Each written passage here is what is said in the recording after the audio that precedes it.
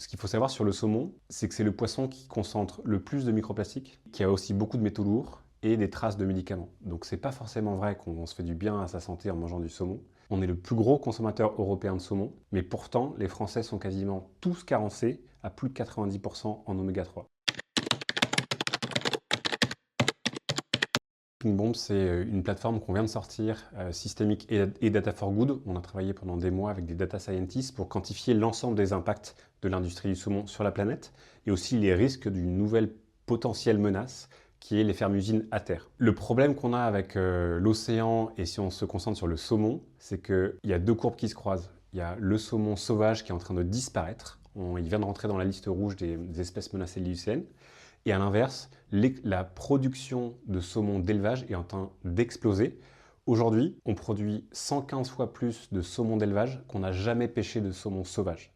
Donc c'est une croissance qui est totalement exponentielle. Et ça a des impacts qui sont sur l'environnement, sur le climat, sur la santé des humains, sur le bien-être animal et des impacts sociaux qui sont hallucinants. Une ferme de saumon en mer, qu'est-ce que c'est? C'est des centaines de milliers de poissons qui sont dans des cages. Ils sont entassés les uns sur les autres. Ils sont gavés de petites graines pour les nourrir. Et c'est des dizaines de milliers de saumons qui ont des déjections. Donc rien qu'en dessous, tu as des montagnes de crottes de saumon qui sont en train de tout détruire. Ça, c'est un exemple. Un autre exemple, c'est que le saumon, c'est un poisson qui est carnivore. Donc il mange du poisson. Et donc ça crée de la surpêche qui est faite surtout en Afrique de l'Ouest, mais aussi au Chili, où en fait on vide les eaux africaines pour nourrir des saumons d'élevage. Pour chaque saumon qui est dans nos assiettes, qui est consommé, on doit pêcher jusqu'à 400 petits poissons fourrage, c'est des petites sardines, des sardinelles. On donne au saumon d'élevage à la fois des poissons pêchés, mais aussi du soja. Et donc le soja qui vient généralement du Brésil, et ça a des impacts sur la déforestation amazonienne qui est forte, parce qu'il faut augmenter les surfaces de production du soja. Deux autres exemples, la couleur rose du saumon, elle n'est pas totalement naturelle. On augmente la couleur rose de saumon avec du krill. Le krill, c'est des petites crevettes qui sont pêchées en Antarctique, dans des eaux très froides, et qui sont la nourriture principale des baleines et des pingouins. Et donc on affame les baleines et les pingouins en mettant de la couleur rose dans nos saumons. Il y a aussi un impact carbone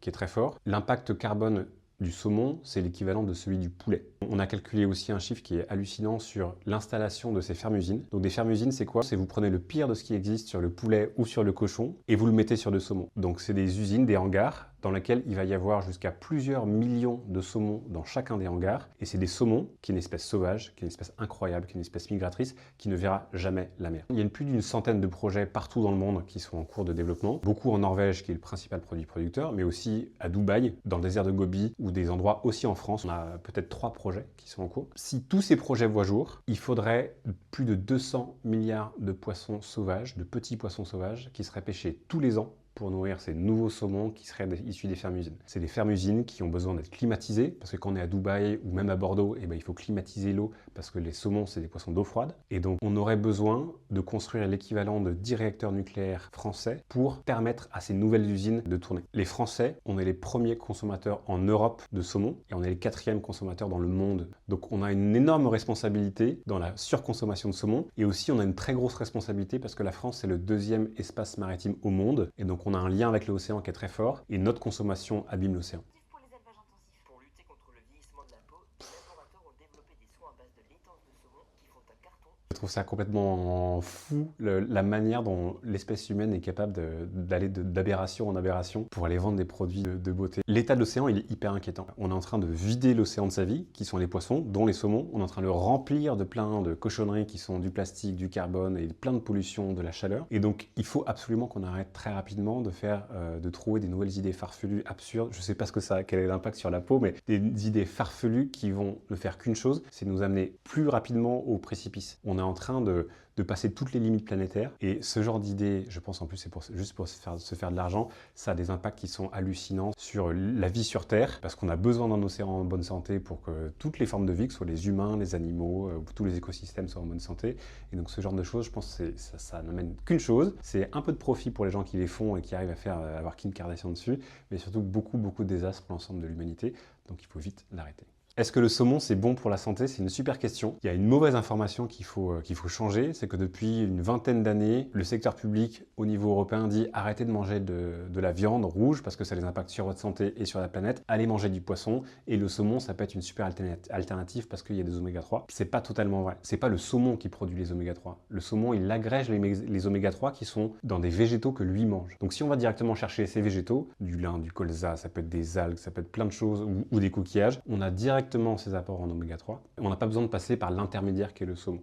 En France, on est le plus gros consommateur européen de saumon, mais pourtant, les Français sont quasiment tous carencés à plus de 90% en oméga 3. Un élevage durable de saumon, ça peut exister. En fait, c'est comme en agriculture. Le saumon qu'on a actuellement, c'est du saumon intensif. Il faut aller vers de l'extensif, comme il faut aller vers de la permaculture ou l'agroécologie. L'idéal des élevages, c'est ce qu'on appelle des élevages multitrophiques, où on recrée un écosystème où il y a quelques poissons qui sont dans des nasses, mais quelques poissons. Ensuite, il y a des coquillages en dessous, il y a des algues autour, et tout ça, c'est un écosystème qui se tient.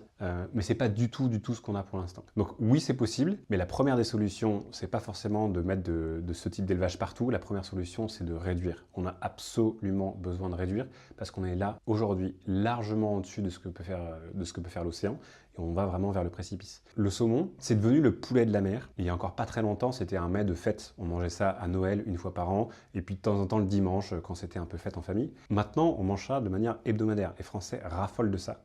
Et on peut juste revenir à de la raison. C'est pas réduire quelque chose qu'on avait toujours. C'est juste revenir à un petit peu de raison, à une consommation qui est beaucoup plus raisonnée. Et surtout, il faut aller vers beaucoup plus de végétal. On a une alimentation qui est beaucoup trop riche en protéines animales. C'est pas bon pour la santé, c'est pas bon pour la planète.